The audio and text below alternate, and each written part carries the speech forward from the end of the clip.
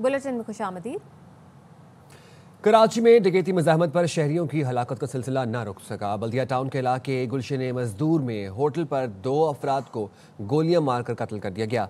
Police हुकाम के मुताबिक एनी शाहिद ने बताया ये वाक़या दौरान डकैती मज़ाहमत पर पेश आया। मकतूलीन की शनाख्त 25 साला वहाब और 28 साला हबीबुल्लाह के नाम से हुई है। दोनों होटल पर मुलाजिम थे। मुलजिमान मोबाइल छीन कर फरार हो गए।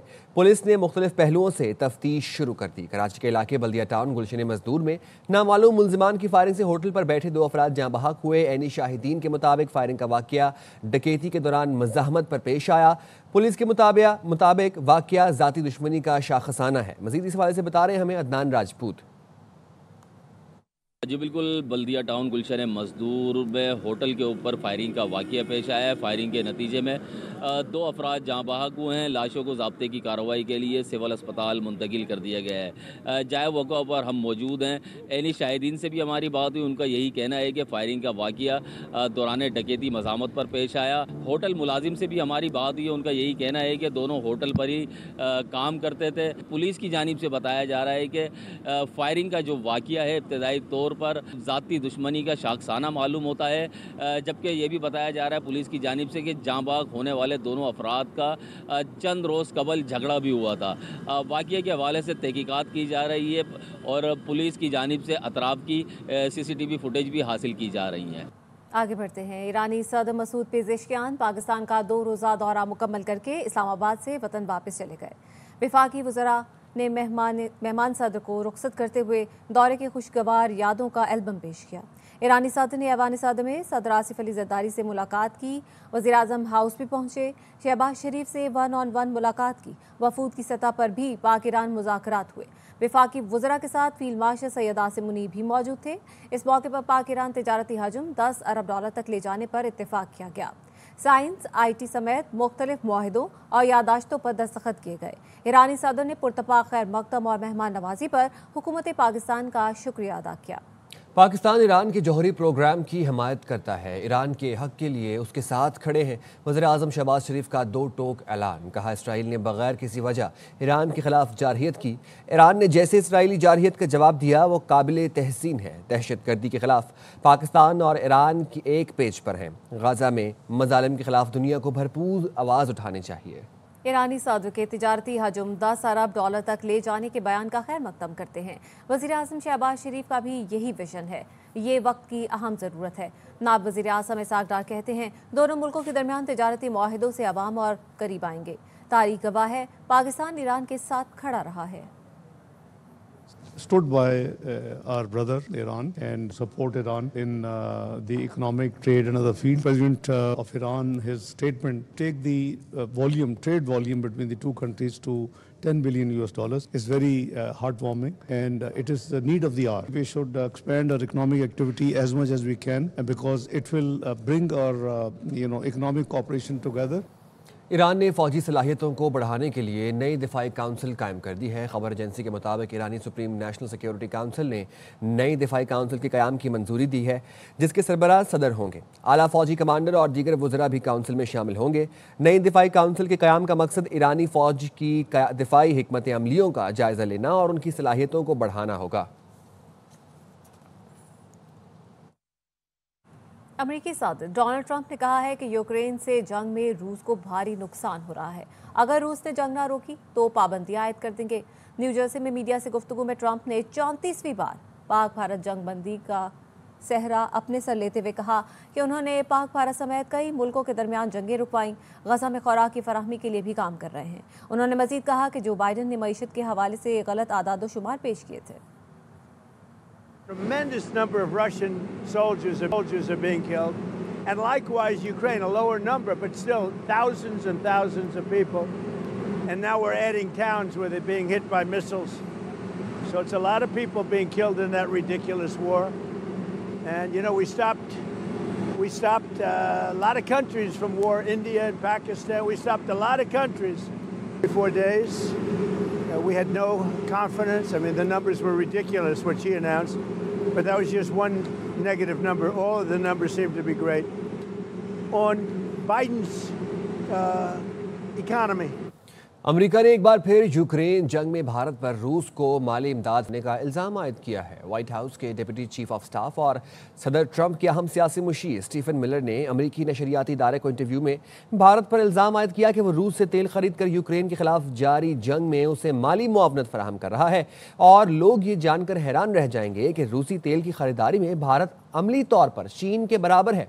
उन्होंने कहा, सदर ट्रंप के भारतीय वज़ीर आज़म बहुत ही अच्छे ताल्लुकात हैं, लेकिन भारत का रूस से तेल खरीद कर उसे जंग में माली इमदाद फराहम करना अमेरिका को हरगिज़ काबिल कबूल नहीं। खबरों के सिलसिले को आगे बढ़ाते हैं। कुछ मौसम की बात करें तो मुल्क के मुख्तलिफ हिस्सों में आज से जुमेरात तक मूसलाधार बारिश की पेशगोई है। महकमा मौसमियात ने बताया है कि इस्लामाबाद, पंजाब, खैबर पख्तूनख्वा, गिलगित बल्तिस्तान और कश्मीर में बारिश मुतवक्के है। मुजफ्फराबाद, रावलाकोट, वादी नीलम, द्यामिर, स्कर्दू और गिलगित में शदीद बारिशों का इम्कान है। पहाड़ी इलाकों में अचानक सैलाब और लैंड स्लाइडिंग का खदशा भी जाहिर किया गया है। बारिश का नया सिलसिला पहले से मौजूद सैलाबी सूरत हाल मजीद संगीन कर सकता है। 6 अगस्त को बलूचिस्तान में भी तेज बारिश का इम्कान है। लाहौर समेत पंजाब भर में मॉनसून नया स्पेल 5 अगस्त से शुरू होगा। मौसम की ताज़ा तरीन सूरत हाल जानते हैं अपने नुमाइंदे ख्वाजा रमजान मजीद से। जी बिल्कुल, शहर लाहौर पे सुबह के आगाज़ से ही सूरज बादलों की ओट से निकला हुआ है, जबकि हवा रुक जाने के बायस गर्मी और हब्स का सिलसिला भी बरकरार है। PDMA के मुताबिक लाहौर समेत पंजाब भर में मानसून बारिशों का सिलसिला 5 अगस्त से शुरू हो जाएगा और ये सिलसिला जो है वो तकरीबन 1 हफ्ते तक वक्फे से जारी रहेगा। PDMA के मुताबिक जो मानसून बारिशों का ये स्पेल है वो शदीद बारिशों का स्पेल करार दिया गया है, जिससे नशेबी इलाके जो है वो ज़ेरे आब आने का खदशा है। ताहम मानसून बारिशों का गैर मामूली सिलसिला लाहौर समेत पंजाब भर में 5 अगस्त से बाकायदा तौर पर शुरू हो जाएगा। जी, वज़ीर आज़म शहबाज शरीफ आज गिलगित बल्तिस्तान का दौरा करेंगे। मुतासरीन को इमदादी चेक देने के साथ साथ मुतासरा इलाकों के लिए इमदादी पैकेज का भी ऐलान करेंगे। ज़राए का कहना है वज़ीर आज़म सैलाब से मुतासरा इलाकों का दौरा करेंगे। इस मौके पर सैलाब ज़दा इलाकों के लिए इमदादी पैकेज का ऐलान मुतवक्के है। Gilgit Baltistan disaster management authority की जानिब से सैलाब में जाँ बहक अफराद के लवाहिकीन को 10 लाख और ज़ख्मियों को 5 लाख रुपए के इमदादी चेक दिए जाएंगे। आज़ाद कश्मीर के मुख्तलिफ इलाकों में शदीद बारिशें। मीरपुर आज़ाद कश्मीर के इलाकों डडियाल, चक्सवारी, इस्लामगढ़, खड़ी शरीफ, जातला, काकड़ा टाउन, मंगला और दीगर इलाकों में मूसलाधार बारिश जारी है। मूसलाधार बारिश से नशेब इलाके ज़ेरे-आब आ गए। नदी नालों में तुग़यानी के खतरे के पेश नज़र इंतजामिया ने अलर्ट जारी कर दिया। शहरियों को पहाड़ी इलाकों में गैर ज़रूरी सफ़र से गुरेज की हिदायत की गई है। पुलिस के मुताबिक शहरी लैंड स्लाइडिंग के खतरे के पेश नज़र मोहतात रहें। बलोचिस्तान काबीना में रद्दोबदल का इम्कान। वजीर मनसूबाबंदी ज़हूर बलेदी, वजीर आबपाशी सादिक उमरानी, अली हसन जहरी और बख्त मोहम्मद काकड़ के महकमे तब्दील करने का फैसला हो गया। ज़राए ने बताया लीगी MPA ज़रक मंदोखेल का काबीना में शामिल किए जाने का इम्कान है। अली हसन जहरी को रेवेन्यू का कलमदान दिए जाने का इम्कान है। तर्जुमान बलूचिस्तान हुकूमत शाहिद रिंद ने काबीना में रद्दोबदल की खबरों पर रद्दअमल देते हुए कहा, काबीना में रद्दोबदल या तौसी का इख्तियार वज़ीर आला के पास है। फिलहाल ऐसा कोई फैसला ज़ेर रिकॉर्ड नहीं।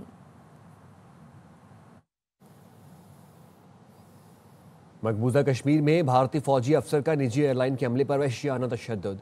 श्रीनगर एयरपोर्ट पर फौजी अफसर ने स्पाइस जेट एयरलाइन के स्टाफ पर लातों, घूंसों और रॉड से हमला करके 4 मुलाजमीन को शदीद जख्मी कर दिया। हमले के एक रुकन की रीढ़ की हड्डी, दूसरे का जबड़ा टूट गया। फौजी अफसर के तशद्दुद से दीगर एयरलाइन स्टाफ लहूलुहान हो गए।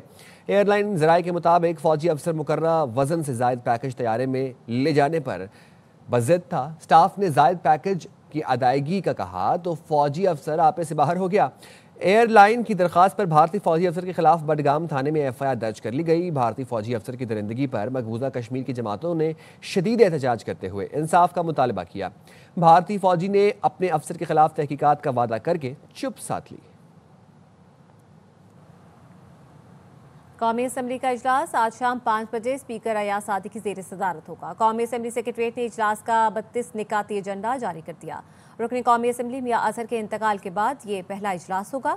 पार्लिमानी रिवायात है कि रुकन असम्बली के इंतकाल के बाद पहला इजलास फातिहा के बाद मुलतवी हो जाता है। आज शाम होने वाले इजलास में मियां अजहर के लिए फातिहा ख्वानी होगी। तमाम जमातों की क़यादत मियां अजहर की पार्लिमानी खिदमात से मुतालिक गुफ्तगू करेगी। मियां अजहर के इंतकाल पर ताज़ियती कलमात के बाद इजलास मुलतवी कर दिया जाएगा। जनाब, पाकिस्तान ने ये मैच जीत लिया है और पाकिस्तान ने ये सीरीज़ भी अपने नाम कर ली है। 3 मैचेस की ये सीरीज़ थी। वेस्ट इंडीज़ ने कल होने वाला जो मैच था वो जीता था और बड़ा सनसनीखेज मुकाबला किया था। वेस्ट इंडीज़ की जानिब से बड़ा ज़बरदस्त खेल पेश किया गया था और आज पाकिस्तान ने बड़ा अच्छा खेल पेश किया। जो आगाज़ था वही बड़ा बेहतरीन फराहम किया। 190 रन का हदफ दिया था। शाहिद हाशमी नुमाइंदा खुसूसी हमारे साथ मौजूद हैं। शाहिद हाशमी, आज हमने देखा कि पाकिस्तान की बैटिंग में कदरे बेहतरी नजर आई निस्बतन दूसरे मैचेस के। बिल्कुल ऐसा ही है और एक बहुत ही अच्छी ओपनिंग पार्टनरशिप साहबजादा फरहान और साइम अयूब के दरमियान हुई। 138 रन की ओपनिंग शराकत और फिर उसके बाद मिडिल ऑर्डर ने भी अच्छी बैटिंग की। 189 रन पाकिस्तान ने बनाए और इस पिच पर ये बड़ा अच्छा टोटल था। और वेस्ट इंडीज ने ऑल्दो के बड़ा अच्छा आगाज किया था। पहले 2 ओवर में उन्होंने 33 रन बनाए थे, लेकिन फिर जब स्पिनर्स आए और फिर हारिस रऊफ ने पहले 2 ओवर में सिर्फ 13 रन दिए तो जो रन्स का फ्लो था वो रुका और फिर पाकिस्तान को विकेटें भी मिलती रहीं। वेस्ट इंडीज ने 1-2 गलतियां की। उनको अपने इनफॉर्म बैट्समैन जैसन होल्डर को पहले भेजना चाहिए था। उन्होंने रॉस्टन चेज को भेजा जिन्होंने स्लो बैटिंग की। फिर वो स्लो बैटिंग की वजह से रिटायर होकर बगैर आउट हुए चले गए। तो वेस्ट इंडीज ने गलतियां की। पाकिस्तान ने बड़ा अच्छा खेल पेश किया। अच्छी हुई। पाकिस्तान ने आज कैचेज भी पकड़े और मुसलसल ये 7वीं T20 सीरीज है जो पाकिस्तान ने वेस्ट इंडीज के खिलाफ जीती। अच्छा शाहिद हाशमी, आप क्या समझते हैं कि अभी जो पाकिस्तान की ये टीम इस वक्त जो खेल रही है, आगे आने वाले मैचेस में जो आने वाली सीरीज होंगी उनके अंदर भी यही टीम जानी चाहिए या आप समझते हैं कि अभी भी तब्दीली की गुंजाइश है? ज़ाहिर है एक आध तब्दीली होती रहेगी। अब पाकिस्तान ने ट्राई सीरीज खेलनी है जिसमें अफगानिस्तान एक बड़ी खतरनाक टीम है। T20 की अगस्त के एंड में वो सीरीज यूएई में शारजा में खेली जाएगी। यूएई की टीम यूएई की कंडीशन में बहुत मुश्किल टीम है। वहाँ पे आप स्पिनर्स से नहीं जीत सकते। यहाँ से अपने स्पिनर्स पर हावी रहे वेस्ट इंडीज के साथ, तो वो मुख्तलिफ सीरीज होगी। वहाँ पे आपका चाहिए होगा। जूनियर फिट हो गए, नसीम शाह फिट हो गए, तो एक तब्दीली तो होती रहेगी। लेकिन टीम बिल्ड हो रही है वर्ल्ड कप की तरफ और बड़ी खुशाइंद है ये कि पाकिस्तान ने सीरीज जीती। अच्छा शाहिद हाशमी, आप समझते हैं कि जो पाकिस्तानी बॉलर्स का जो मोमेंटम था वो आहिस्ता आहिस्ता वापस आ रहा है जो एक अरसे से गायब नजर आ रहा था? बिल्कुल आ रहा है। फास्ट बॉलर्स को थोड़ा रेस्ट भी मिला है। हमने एक आध फास्ट बॉलर्स को बेचा सीरीज में रेस्ट करवाया। शाहीन एक रिदम बॉलर है। आज जाने क्यों उन्हें खिलाया गया, वो 2 सीरीज से पाकिस्तान की टीम में नहीं थे। तो 2 मैच खिलाने के बाद अगर आप एक फास्ट बॉलर को जिसको रिदम चाहिए होता है उसको रेस्ट कराएंगे तो उसकी कारकर्दगी फिर अच्छी नहीं रहेगी। शाहीन को आज मेरे हिसाब से नहीं रेस्ट करवाना चाहिए था, लेकिन आगे देखें। अब अगले जो ट्राई सीरीज आएगी शारजा में उसमें देखें पाकिस्तान किस तरह अमल दखल पाकिस्तान का रहता है, टीम किस तरह सेलेक्ट होती है। वहाँ पे पाकिस्तान को ज़्यादा फास्ट बॉलर चाहिए होंगे। स्पिनर्स भी चलते हैं लेकिन जाहिर है अफगानिस्तान यूएई दोनों टीमें अच्छा खेलती हैं। अच्छा शाहिद हाशमी, आपने हारिस रऊफ का तो जिक्र किया। हसन अली की बॉलिंग पर आप क्या कहेंगे? कल के और आज के मैच में आपको क्या डिफरेंस फील हुआ? आज तो काफ़ी अच्छी बॉलिंग की गई उनकी जानिब से। आज उन्होंने अच्छी बॉलिंग की। अभी पाकिस्तान में जो होम सीरीज हुई थी बांग्लादेश के खिलाफ वो बड़ी ज़बरदस्त उन्होंने बॉलिंग की थी। तो हसन अली अच्छे बॉलर हैं, लेकिन एक आध दिन ऐसा होता है कि ख़राब होता है। 4 ओवर में उनके 3 ओवर में 48 रन बन गए थे और पाकिस्तान का मैच हार भी गया था। लेकिन आज उन्होंने बेहतर बॉलिंग की। लाइन लेंथ उनकी अच्छी थी। जब आप T20 में बहुत ज़्यादा रन चाहिए होते हैं आखिरी ओवर में, जैसे आज बहुत ज़्यादा रन चाहिए थे, तो पाकिस्तान ने उनको जब बॉलिंग दी थी तो 25 रन उनको डिफेंड करने थे। तो उन्होंने लेंथ बड़ी अच्छी रखी, आउट साइड ऑफ स्टंप रखी। एक गेंद थोड़ी सी लेग पे कराई थी जो शरफत रदरफोर्ड ने खेली और सीधी फील्डर के हाथों में गई। तो ओवरऑल हसन अली की कारकर्दगी आज के मैच में बहुत अच्छी रही। शाहिद साहब, साहिबजादा फरहान की अगर बात की जाए तो आज तो बड़ा ज़बरदस्त उनकी जानिब से स्कोर बनाया गया, 74 रन। साइम अयूब तो पहले भी अपने आप को प्रूव करते आए हैं, लेकिन साहिबजादा फरहान उस तरह से अपने आप को साबित नहीं कर पाए। लेकिन कभी कभार उनका भी चक्का चौका लग जाता है, लेकिन इस दफ़ा हमने देखा कि उनकी जानिब से काफ़ी अच्छा खेल पेश किया गया है। वो बहुत अच्छा प्लेयर है। अगर उसे चांस मिलेंगे उसके ऊपर विकेट कीपिंग करने का दबाव नहीं डाला जाएगा तो बहुत अच्छा प्लेयर है। डोमेस्टिक में पिछले 4 साल से वो जो नेशनल T20 होती है उसका बेहतरीन प्लेयर है। इस साल भी उसने जो नेशनल T20 था 605 रन इस टूर्नामेंट में बनाए थे। बेहतरीन टूर्नामेंट का प्लेयर था। 3 सेंचुरियां बनाई थी। फिर वो T20 में आए तो वहाँ पे भी बांग्लादेश के खिलाफ 1 सेंचुरी बनाई। आज भी उनको सेंचुरी बनानी चाहिए थी, इसलिए कि आज तक T20 क्रिकेट में किसी भी बैट्समैन ने एक साल के दौरान में 5 सेंचुरियां नहीं बनाई, तो उनकी 4 सेंचुरियां इस साल उनके पास अभी बहुत मैचेज हैं, उनको रिकॉर्ड बनाना चाहिए। 5 बड़े अच्छे छक्के लगाए, 3 चौके लगाए। साइम भी अब फॉर्म में आते जा रहे हैं। पहली 33 T20 इनिंग्स में उन्होंने सिर्फ एक 50 बनाया था 98, उसके बाद से कल और आज दोनों मैचों में उन्होंने 50 बनाया, तो वो भी अब अपनी कारकर्दगी बेहतर बना रहे हैं। सबसे ज़्यादा फरहान और साइम अयूब ने आज बहुत ही अच्छी बैटिंग की। अच्छा शाहिद साहब, आप क्या समझते हैं कि इसी पिच पर पहले भी पाकिस्तान और वेस्ट इंडीज़ के मैचेस हुए, लेकिन स्कोर इस तरह से नहीं बन रहा था जिस तरह से आज बना, तो क्या डिफरेंस थी? प्लानिंग में कोई डिफरेंस था या पिच में कोई तब्दीली थी? पिच में तो तब्दीली थी। पहले 2 मैच एक पिच पे हुए थे, आज तीसरा मैच मुख्तलिफ पिच थी, थोड़ी ज्यादा फर्म नजर आ रही थी, ज्यादा ठोस नजर आ रही थी, हार्ड नजर आ रही थी, और इस पे बैट पे बॉल आ रहा था, इसीलिए पाकिस्तानी ओपनर्स की वेस्ट इंडीज ने गलतियां की। इस पिच पर ये टारगेट बना सकते थे वेस्ट इंडीज, अगर वो अच्छी बैटिंग करते, उनको आगाज बहुत अच्छा मिला था। पहले 2 ही ओवर में उन्होंने 33 रन बना ली थी, लेकिन वहां से उनका मोमेंटम टूटा। फिर स्पिनर्स आए, हारिस रऊफ ने अच्छी बॉलिंग की, फहीम ने अच्छा किया था। पिच जरा डिफरेंट थी पहले 2 मैचों से। अच्छा, वेस्ट इंडीज़ की बात कर लेते हैं शायद साहब। इस वक्त आप क्या समझते हैं कि वेस्ट इंडीज़ के कौन कौन से प्लेयर हैं जिनके अंदर ये अभी भी पोटेंशियल है कि वो आगे आने वाले मैचेस में बेहतरीन खेल पेश कर सकते हैं और स्ट्रॉन्ग प्लेयर्स हैं? वेस्ट इंडीज के साथ अपने मसाइल हैं, उनकी सियासत, उनकी बहुत है। 15 मुल्कों से मिलकर वेस्ट इंडीज की टीम भी है। हर मुल्क चाहता है कि उसका प्लेयर उनकी टीम में आए। उनके 2-3 प्लेयर इस सीरीज में इंजर्ड थे। रोवमन पावल जो उनके पिछले T20 के कप्तान थे, शिमरन हेटमायर जो बड़े अच्छे लेफ्ट हैंडेड बैट्समैन है, मिडिल ऑर्डर में आके छक्के लगाते हैं, वो अनफिट थे। अलजारी जोसेफ को अपना कोई जाती वजूहात की बिना पर ये सीरीज में नहीं थे, तो उनके 3-4 प्लेयर बहुत अच्छे हैं जो आएंगे। अब आज एलेक एथनाज आए थे, यंगस्टर हैं जिनको एकदम से निकाल दिया था टीम से। टेस्ट मैचों में बड़ी अच्छी उनकी परफॉर्मेंस थी, आज उन्होंने बड़ी अच्छी 50 बनाई।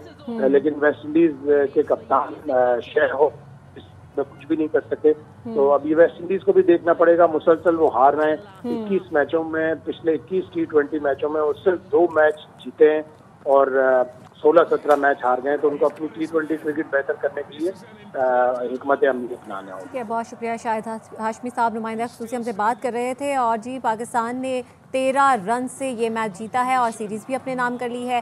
3 मैचेस की सीरीज़ थी, पहला मैच पाकिस्तान ने जीता, दूसरा वेस्ट इंडीज़ ने, और जो तीसरा मैच है आज पाकिस्तान ने 13 रन से अपने नाम किया है। अगर हम पाकिस्तान के बात करें तो साहबजादा फरहान ने 74 और साइम अयूब ने 66 रन बनाए, जो कि नुमाया रहे। ओकाड़ा से आपको खबर देंगे जहां पे CCD पुलिस और डाकुओं के दरमियान मुकाबला हुआ है और फायरिंग के तबादले में 2 डाकू हलाक जबकि 2 फरार हो गए हैं। CCD का यह बताना है। मजीद क्या तफसीलात हैं इस कार्रवाई की, जानेंगे जुल्फिकार मलिक से। बताएगा जुल्फिकार। जी बिल्कुल, CCD ओकाड़ा पुलिस डाकुओं को बैन लालूपुर के करीब फायरिंग का तबादला हुआ। क्रॉस फायरिंग में 2 डाकू हलाक, 2 फरार हो गए। मारे जाने वाले खतरनाक डाकुओं की शिनाख्त नईमुल्लाह और मोहम्मद हुसैन उर्फ लड्डू का सकना पाक पतन के नामों से हुई। फरार होने वाले मुल्जमान में साजिद और शान शामिल हैं। मारे जाने वाले डाकुओं के करीब से असला मोटरसाइकिल बरामद हुई। डिस्ट्रिक्ट इंचार्ज मार यूसुफ का कहना है कि मारे जाने वाले मुल्जमान कत्ल, डकैती, राहजनी, दिगर वारदातों में 50 मुकदमात में मुलव्वस थे। CCD ने पुलिस पर हमला, मज़ाहमत, कत्ल, असला बरामदगी की दफात के तहत मुकदमा दर्ज कर लिया। दोनों डाकुओं की लाशें पोस्टमार्टम के लिए डिस्ट्रिक्ट अस्पताल ओकाड़ा मुंतकिल कर दी गई। मार यूसुफ का कहना है कि फरार मुल्जमान की गिरफ्तारी के लिए CCD पुलिस छापे मार रही है, जल्द गिरफ्तार कर लेंगे। बहुत शुक्रिया जुल्फिकार मलिक। कराची में 24 घंटे में 8 ट्रैफिक हादसात में 2 खवातीन समेत 7 अफराद जाँ बहक और 2 जख्मी हो गए। पुलिस हुकाम के मुताबिक हादसात न्यू सब्जी मंडी, नाजमाबाद, रेडियो पाकिस्तान, कोरंगी, शाह फैसल कॉलोनी, मंगूपीर, लांडी और गुलिस्तान जौहर में पेश आए। न्यू सब्जी मंडी के करीब हादसे में एक शख्स जाँ बहक हुआ। मुतवफ़ी की शनाख्त शिराज हमीद के नाम से हुई। नाजमाबाद 1 नंबर में नामालूम गाड़ी की टक्कर से खातून जाँ बहक हुई, जिसकी शनाख्त नहीं हो सकी। शाह फैसल कॉलोनी पुल पर चलती चिंगसी से खातून गिर गई, जिसको बस ने कुचल दिया। 24 साल के इकरा जाँ बहक और 5 माह की बच्ची सबीहा शदीद जख्मी हुई। मंगूपीर में मोटरसाइकिल सवार बस तले कुचल कर जान से गया। रेडियो पाकिस्तान के करीब रिक्शे की टक्कर से राहगीर जाँ बहक हुआ। गुलिस्तान जौहर में गाड़ी की टक्कर से फूड डिलीवरी राइडर जख्मी हो गया। न्यूज़ बुलेटिन से फिलहाल इतना ही। देखते रहिए हवाई न्यूज़।